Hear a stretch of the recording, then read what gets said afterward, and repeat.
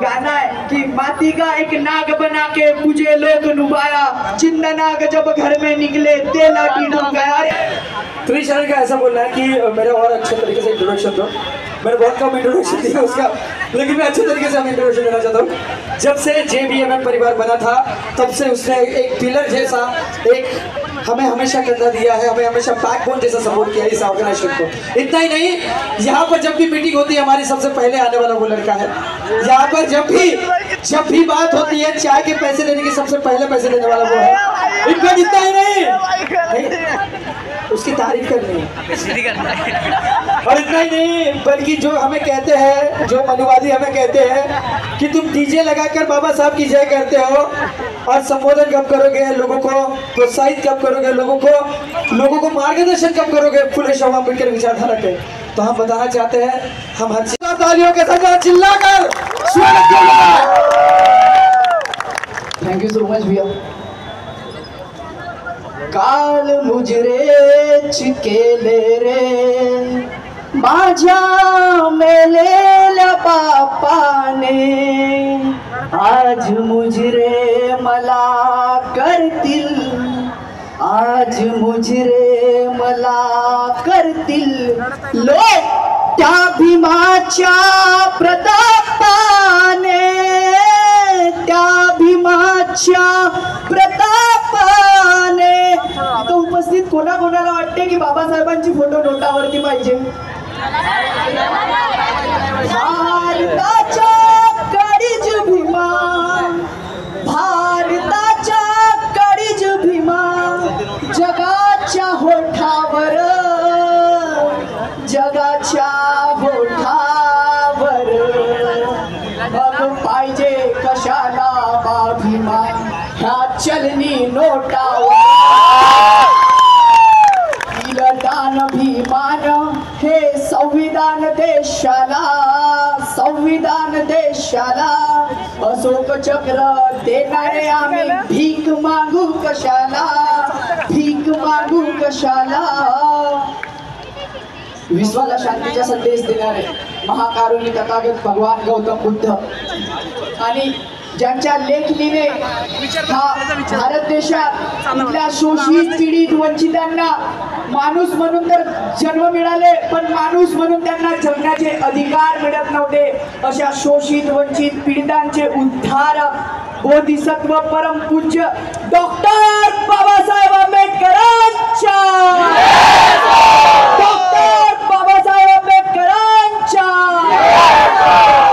साम्राज्य स्थापित करणारे छत्रपती शिवाजी महाराजांच्या, छत्रपती शिवाजी महाराजांच्या, आरक्षणाचे जनक शाहू महाराजांच्या, शाहू महाराजांच्या।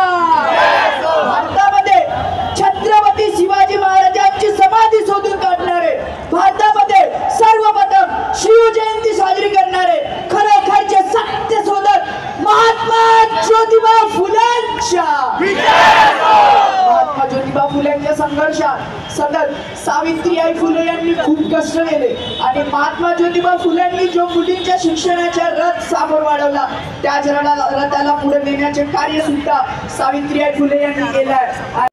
भारतामध्ये जर छत्रपती शिवाजी महाराजांच्या अपमानाचा बदला जर कोणी घेतला असेल, हा भारतामध्ये मनुस्मृती अशी होती की स्त्रियांना जगण्याचे अधिकार मिळत नव्हते, स्त्रीला फक्त घरची रखेल म्हणून ती मनुस्मृती ठेवत होती आणि त्या मनुस्मृतीला 14 अर्थाच्या सत्याग्रहाच्या वेळेस भारतीय राज्यघटनेचे शिल्पकार डॉक्टर बाबासाहेब आंबेडकरांनी 14 अर्थाच्या सत्याग्रहाच्या वेळेस रायगडाच्या पायथ्याशी त्या मनुस्मृतीला जाळून राख केले आणि 1956 ला नागपूरच्या दीक्षाभूमी होती डॉक्टर बाबासाहेब आंबेडकरांनी बौद्ध धम्माची दीक्षा दिली। इथं उपस्थित सर्वांना मी एक गोष्ट सांगू इच्छितो, डॉक्टर बाबासाहेब आंबेडकरांनी 1956 ला जी बौद्ध धम्माची दीक्षा दिली, इथं उपस्थित प्रत्येक व्यक्तीने जर बाबासाहेब आंबेडकरांनी ज्या 22 प्रतिज्ञा दिल्या त्या 22 प्रतिज्ञामधून किमान जरी तुम्ही प्रतिज्ञा पाळले तर ह्या देशात बाबासाहेब आंबेडकरांनी भारताला जो बौद्धमय बनवण्याचं स्वप्न पाहिलं होतं ते पूर्ण झाल्यापासून कोणीही रोखू शकणार नाही, कारण भारतीय राज्यघटनेचे शिल्पकार बाबासाहेब आंबेडकरांनी काळापासून चालत असलेल्या त्या रूढी परंपरांना एका झटक्यात त्या मनुस्मृतीला जाळून त्या काळापासून चालत असलेल्या रूढी परंपरांना मात दिला आणि भारतीय राज्यघटना लिहून डॉक्टर बाबासाहेब आंबेडकरांनी जे भारतीय राज्यघटना लिहिली ती जगातील सर्वात सुंदर भारतीय राज्यघटना लिहिली. इथले मनुवादी प्रत्येकदा टीका करत असतात की ह्या लोकांना रिझर्वेशन मिळालं म्हणून यांची प्रगती झाली आहे. पण मी त्या मनुवाद्यांना सांगू इच्छितो, अरे तुम्ही काळापासून आमचे हक्क हिरावून घेतले होते. आम्हाला मोकळेपणाने श्वास घेण्याचे अधिकार मिळत नव्हते, पण बाबासाहेब आंबेडकरांनी आम्हाला आमचे हक्क मिळवून दिले. आणि कोणत्याही रिझर्वेशनच्या कारण आमची प्रगती झाली नाही, तर आमची प्रगती ही आमच्या मेहनतीने झालेली आहे. बाबासाहेब आंबेडकरांनी जे आमच्यापासून हिरावलेले आमचे हक्क हिरावून घेतले होते, त्या हक्क आम्हाला परत मिळाले. त्या हक्काने आमची प्रगती झाली आहे. आणि इथल्या समस्त आंबेडकरी विचारधारेच्या लोकांना मी एक गोष्ट सांगू इच्छितो, डॉक्टर बाबासाहेब आंबेडकरांनी ज्या प्रज्ञाशील करुणेचा संदेश आपल्याला दिला, आपण जोपर्यंत स्वतःला बौद्ध समजणार नाही, जोपर्यंत आपण बौद्ध धर्माची दीक्षा घेणार नाही, तोपर्यंत आपण ह्या भारताला पूर्णपणे बौद्धमय बनवण्याचे डॉक्टर बाबासाहेब आंबेडकरांचे स्वप्न अधुरे ठेवणार. अरे ज्या महामानवाने मूर्तीपूजेचा विरोध केला, आज आपण त्याच महामानवाच्या फोटो समोर हजारो लाखो रुपयाचे हार चढवतो, पण डॉक्टर बाबासाहेब आंबेडकरांच्या फोटो समोर फक्त हार चढवल्याने क्रांती येणार नाही. तर जोपर्यंत आपण डॉक्टर बाबासाहेबांनी जे विचार या भारतात पेरले, त्या विचाराच्या मार्गावरती जोपर्यंत आपण चालणार नाही, तोपर्यंत ह्या देशात क्रांती घडणार नाही, तोपर्यंत ह्या देशात क्रांती घडणार नाही.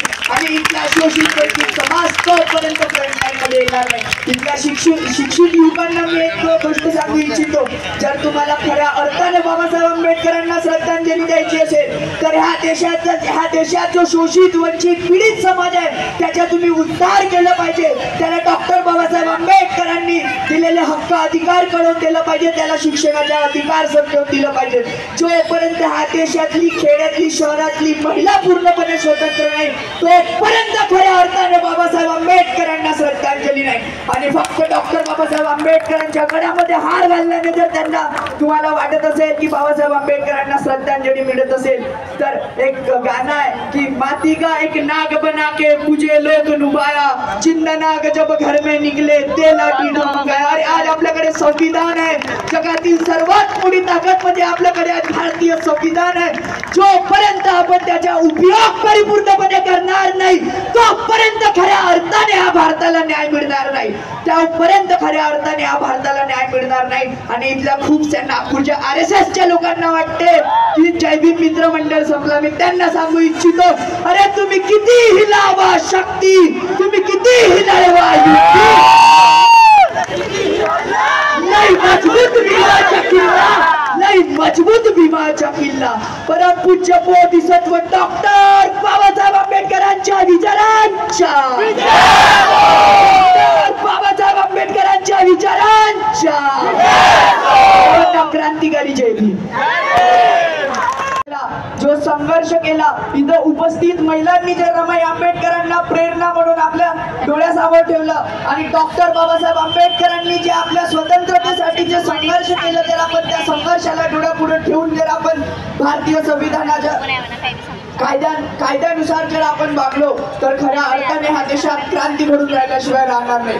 डॉक्टर बाबासाहेब आंबेडकरांनी खूप टाळ्या वाजवा की टाळ्या वाजवा, त्याला मोटिवेट करा. कमॉन, हा आपला स्टेज आहे, तू 10 चुका केला तरी आम्ही रिटेक करू, टेन्शन नको घेऊ. डॉक्टर बाबासाहेब आंबेडकरांनी खूप संघर्ष केलं, खूप संघर्षातून आज भारताचं संविधान लिहिलं. भारताचं टाळ्या तर वाजवा, तुम्ही टाळ्या वाजवा त्याला मोटिवेट करायला. कोई नहीं, बड़ी सांस लो, अपनी मदर इन लॉ को ले low. You can do it! Come on! Share है तुम्हारा share.